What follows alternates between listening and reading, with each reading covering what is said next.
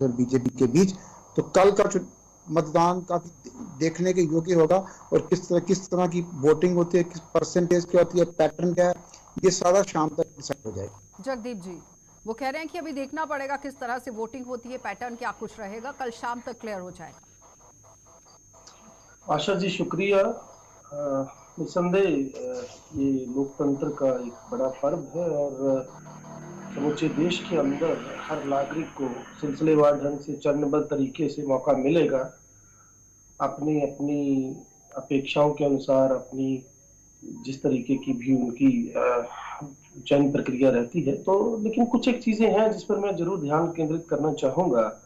आशा जी, जैसे यहाँ पे ना गुज्जर बकरवाल कम्युनिटी है, आज एक विरोध प्रदर्शन भी मैंने लीड किया है। वो दरअसल यहाँ से नोमैड्स जो है, ये मैं अजय भारती जी के भी संज्ञान में लाना चाहूंगा, वो यहाँ से प्रस्थान करते हैं कश्मीर के लिए, लेकिन उनको बड़ी दिक्कत आ रही है पिछले कई दिनों से। जिस ऐप को लोकल एडमिनिस्ट्रेशन ने उनके लिए रखा था कि यहाँ पे आप जाकर पंजीकरण करवाएं, वो ऐप जो है उसका आईपी एड्रेस एक्सपायर हो चुका है, और वो लोग जो है they have been continuously striving कि उनको वो परमिट मिले और वो जा पाए। तो उनके जाने के पीछे की दो मंशाएं हैं। एक तो वैसे ही चारगाहें जो है इस मौसम में वो अपने माल मवेशी को लेके जाते हैं, और दूसरा उन लोगों के जो वोट है, मतदान जो उन्होंने करना है, वो बिलोंग करते हैं कश्मीर से।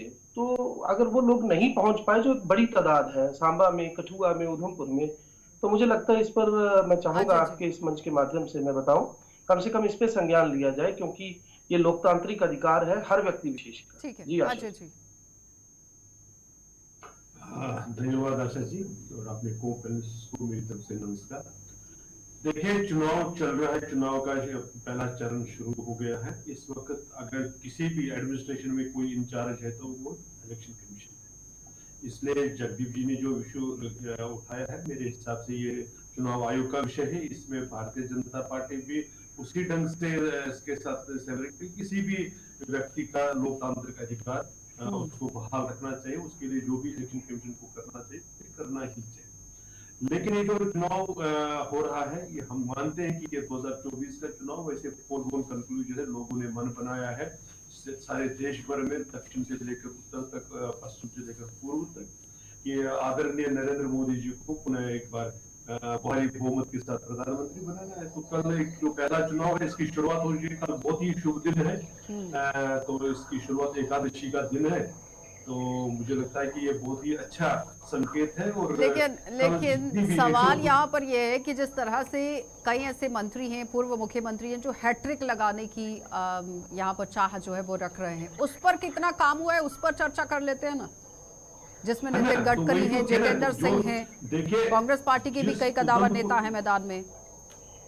अगर हम उधमपुर की ही बात करें तो उधमपुर अभी तक कभी इस तरह से नेशनल लेवल पर कभी पिक्चर में आया ही नहीं। जितना काम इस बार, चाहे वो भद्रवा से लेकर वानीहाल से लेकर कठुआ तक, जिस प्रकार से काम हुआ है, और अभी अभी जिस प्रकार से हमने देखा हो, चाहे इरिगेशन प्रोजेक्ट हो, चाहे वो लेवेंडर हो, चाहे वो जियो पार्क हो, चाहे वो किसी भी, चाहे वो रोड एंड इंफ्रास्ट्रक्चर की कंस्ट्रक्शन हो, चाहे हम किसी भी तौर से देखें, तो उधमपुर जिसका कल चुनाव हो रहा है, मैं अभी जम्मू की चर्चा नहीं कर रहा हूँ, तो इस पर जितना काम हुआ है कि पिछले 70 वर्षों में इतना कभी काम नहीं हुआ। इसलिए लोग उस परफॉर्मेंस को देखते हैं। अगर आप देखेंगे, इसीलिए मुझे लगता है कि जगदीप जी उसको अन्यथा नहीं लेंगे, इसीलिए उनको अपनी पार्टी में से कैंडिडेट नहीं मिल रहा था, उनको वापस जो आया गया आए उनको फिर दोबारा कहना पड़ेगा भैया हमारी तरफ से लड़ ली। चलिए जगदीप जी जवाब दीजिए। लोगों ने मन बनाया है जगदीप जी। मेरा एक मानना है कि कल पता चल जाएगा कि 4 तारीख को इसका परिणाम निकल आएगा, हम सब देख लेंगे, और जो भी परिणाम होगा हमको स्वीकार तो करना ही है। जवाब दीजिए जो हम अजय जी देख रहे हैं तो वो बहुत ही अच्छा ऐसा हमें दिखाई जी। अजय जी, साथ सम्मान पूरी शालीनता के साथ मैं कहना चाहूंगा, पहली तो बात जो मैंने मुद्दा आपके समक्ष रखा, परोक्ष रूप से आप ही यहाँ पर सरकार में है और ये कंसर्न डिप्टी कमिश्नर की अथॉरिटी है। दूसरी बात, नहीं इसको इसके साथ वो इलेक्शन कमीशन का इशू है, इसीलिए मैंने क्लियर उसको कर दिया। वो इलेक्शन कमीशन इस वक्त समझ भी नहीं पाए, इस बात को नहीं ज्यादा आप नहीं समझ पा रहे। परमिशंस डिप्टी कमिश्नर्स देते हैं, चलिए छोड़िए इस बात को, अब मुद्दे पर आते हैं। देखिए, अजय भारती जी ना बड़े सलीके से, बड़ी नफासत से अपने मुंह मियां मिट्टू बनने की कोई गुंजाइश जो है वो नहीं छोड़ते। पहली तो बात, डॉक्टर जतिंदर सिंह की तारीफ में बड़े कसीदे इन्होंने पढ़े। अभी मैं अक्सर बात करता हूं और एक बार फिर से इनसे भी पूछ लेता हूं कि डॉक्टर जतिंदर सिंह की लोकसभा क्षेत्र का गांव सद्दल जो बाढ़ की विभीषिका का शिकार हुआ साल 2014 में, आज भी वहां शव दफन है। उनको ना तो अंतिम संस्कार नसीब हुआ, ना उनकी अस्थियों का विसर्जन हुआ। और बजाय इसके आपके डॉक्टर साहब यहाँ तक इस बात से मुकर गए कि उन्होंने वो गांव गोद लिया था। और दूसरी बात, आपने बात की चौधरी लाल सिंह की, तो मैं आपको पूछना चाहता हूँ, जब तक वो आपकी पार्टी में थे तब तक बहुत बढ़िया नेता थे।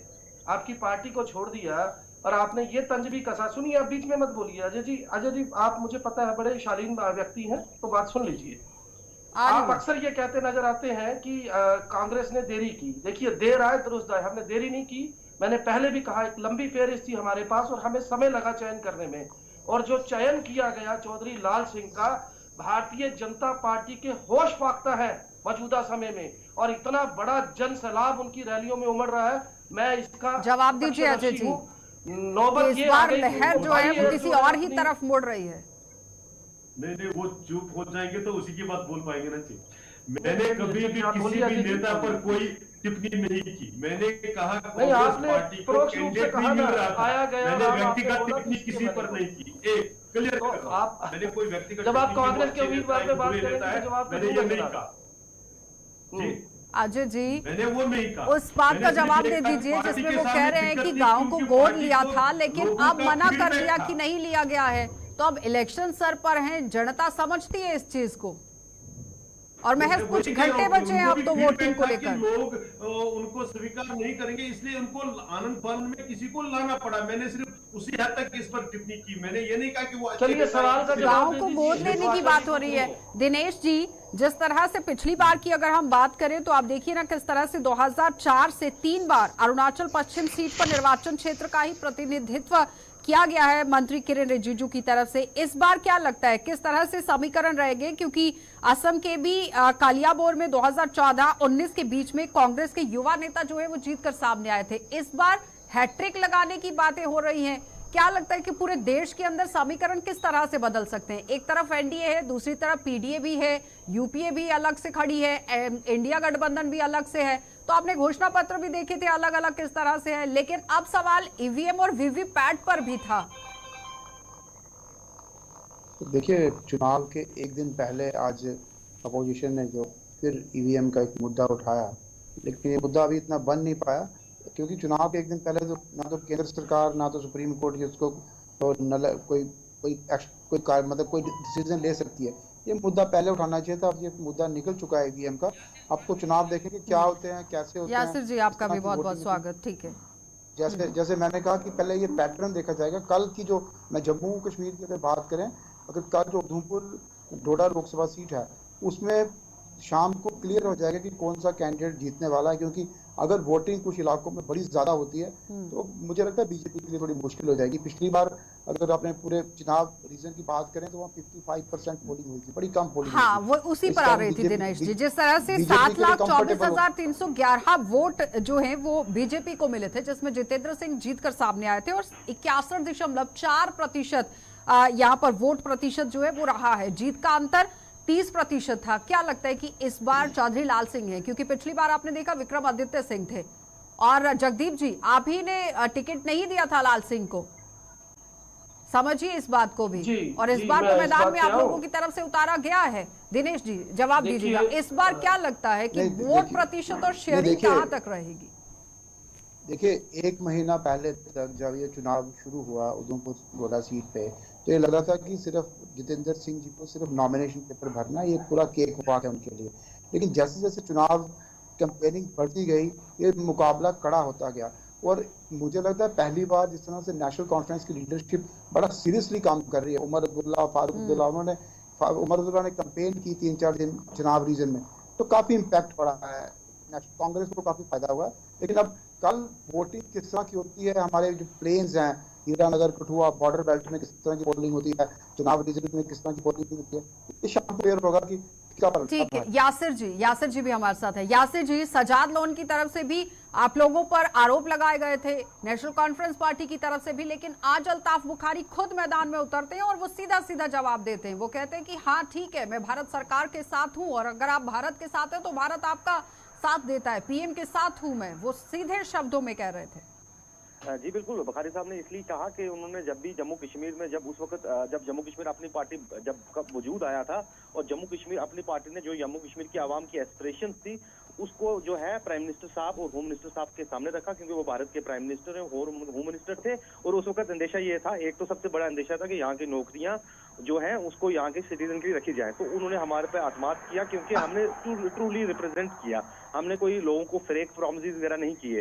तो उस लहजे में उन्होंने कहा कि कम से कम उसके बाद जम्मू कश्मीर में एक पीस की लहर दौड़ी। लेकिन यासिर जी, आज से पहले तक आप लोग खुद ही नकारते रहे कि आप बीजेपी की बी टीम हैं, लेकिन आज खुद ही अल्ताफ बुखारी मान रहे हैं इस बात को। जी बिल्कुल, मैं आपको ये कहूंगा कि अगर पोलिंग है कल और आज इस तरह से मानना, जी हम पीएजीडी पे अतमाद कैसे करें? जम्मू कश्मीर की आवाम को जो धोखा पीएजीडी ने दिया, और जम्मू कश्मीर में अगर इंडिया अलायंस की बात करते हैं, क्या जम्मू कश्मीर में उनके दौर में हर दिन किलिंग्स नहीं होती थी? क्या लोगों पर पीएसए नहीं लगते थे? क्या वो लोगों पर टॉर्चर नहीं किया जाता था? और इसलिए अल्ताफ बुखारी साहब ने कहा कि एक अमन की जो लहर जम्मू में खुशहाली की आई है, तो उसमें हम क्यों नहीं साथ देंगे, पीस के लिए क्यों नहीं देंगे? आपकी इलेक्शन और कोलिशन पार्टी आपके साथ। बिल्कुल आशा जी, 2-3 बातें हैं इस पूरे समुच्चय प्रकरण पे जिस पे हम बात कर रहे हैं। पहली तो बात, यहाँ तक आपने खुद अपने मुखारबिन से ये बात स्पष्ट कर दी कि कल तक जो लोग ये दावा करते थे कि वो भारतीय जनता पार्टी द्वारा निर्मित नहीं है, आज उन्होंने खुद बड़ी साफगोई के साथ ये बता दिया और मर दिया जनहित को आगे रखकर कि जनहित की बात में इन्होंने इसको प्राथमिक। दूसरी बात, अभी दिनेश जी बात कर रहे थे कि ईवीएम का मुद्दा जो है उसको बड़ा लेट उठाया गया। तो दिनेश जी बड़े वरिष्ठ पत्रकार हैं, बड़ा सम्मान है उनके लिए मेरी नजरों में। मैं उनको बताना चाहूंगा कि इस देश का समुच्चा अधिवक्ता समाज देश की राजधानी में निरंतर कई महीनों से विरोध प्रदर्शन पर था और बहुत सारे ऐसे सुलगते हुए सवाल हैं जो ईवीएम पर खड़े हैं। मसलन ईवीएम की जब बात आती है तो उस आरटीआई के जवाब में जब 20 लाख ईवीएम जो कि जिनका आज तक पता नहीं चला, जिस कंपनी ने ये मशीन बनाई उसके 7 में से 4 डायरेक्टर्स भारतीय जनता पार्टी के हैं। और तो और इलेक्शन कमीशन जो दावा करता है कि तकनीकी तौर पर जो टीम ये तय करती है कि ईवीएम में किसी तरीके की कोई तकनीकी खराबी नहीं है, वो वही 4 लोग प्रोफेसर्स हैं जिन्होंने वीवीपैट की इजाद की। तो हमें बड़ी अपेक्षा थी देश की सर्वोच्च अदालत से कि कल पहले चरण का चुनाव हो जाएगा। लेकिन जगदीप जी, उसमें कहा गया कि अगर आप स्लिप देते हैं तो रिस्क हो सकता है, उस पर सोच विचार करना चाहिए। देखिए आशा जी, एक बात तो बड़ी साफ है, समूचा विपक्ष कहीं ये नहीं कह रहा कि आप ईवीएम से चुनाव मत कराइए। सिर्फ इतना कहा जा रहा है कि कम से कम वो जो 7 सेकंड के लिए बत्ती जलती है, इतने में तो पलक झपकते वोटर को समझ में भी नहीं आता। और ये उसका एक लोकतांत्रिक अधिकार है कि अगर उसने किसी को वोट किया है, he or she must be in a position to know that whom he has voted. That's what we are asking. तो इसमें क्या दिक्कत होनी चाहिए थी? याद रखिए कि अभी यही पैनल में आ रही हूँ अजय जी, मैं बिल्कुल, मुझे याद है। देखिए, लेकिन मुझे एक्सपर्ट से एक थोड़ी सी राय लेने दीजिए प्लीज। सुप्रीम कोर्ट का मामला है, मैं बहुत बेहतर तरीके से समझती हूँ कि बीजेपी को बहुत अपनी बात रखनी है, लेकिन उधमपुर सीट पर ही बात करेंगे। आपने देखा कि दिनेश जी क्या कह रहे हैं, वो कह रहे हैं कि कांटे की टक्कर है, पॉसिबिलिटी कांग्रेस की लग रही है। इस पर सोचिए, मैं आ रही हूँ आपके पास। दिनेश जी। जगदीप जी की बात को मैं आगे बढ़ाता हूँ। जगदीप ठीक कह रहे हैं, काफी दिन से ये ईवीएम को लेकर एक डिबेट देश भर में चल रही है। तो ये अपोजिशन कहती है कि ईवीएम को पिन पॉइंट करती है, इसमें कोई फॉल्ट है। पर मैं जगदीप जी को यही कहना चाहता हूँ कि अब जब चुनाव के एक दिन पहले मुद्दा बनाया गया, बहुत लेट हो गया, इसको पहले अग्रेसिव कैंपेन चलानी चाहिए थी। दूसरा वीवीपैट का जो, अगर हर वोट के बाद वीवीपैट आपको स्लिप आ जाती है तो क्लियर हो जाएगा। अब विपक्ष की यही डिमांड है कि हर जो वोट डाले उसको उसने किसको वोट दिया, तो सारा कंफ्यूजन दूर हो जाएगा। लेकिन दिनेश जी, जहां कांग्रेस जीत जाती है वहां पर तो वीवीपैट और ईवीएम मशीन पर नहीं सवाल उठते हैं, जहां हार जाती है वहां पर ही क्यों सवाल उठते हैं, ये भी सवाल है। अजय जी, मैं इस पे आ रही हूँ पहले अजय जी, बहुत देर से वेट कर रहे हैं और खुद ही कह रहे हैं कि मेरी याद कर लीजिए। अजय जी, एक तो पहले ईवीएम पर ही अगर बात करनी हो तो आज सुप्रीम कोर्ट में इनके जो चहेते प्रॉक्सी वकील प्रशांत भूषण साहब को क्या कहा कोर्ट ने?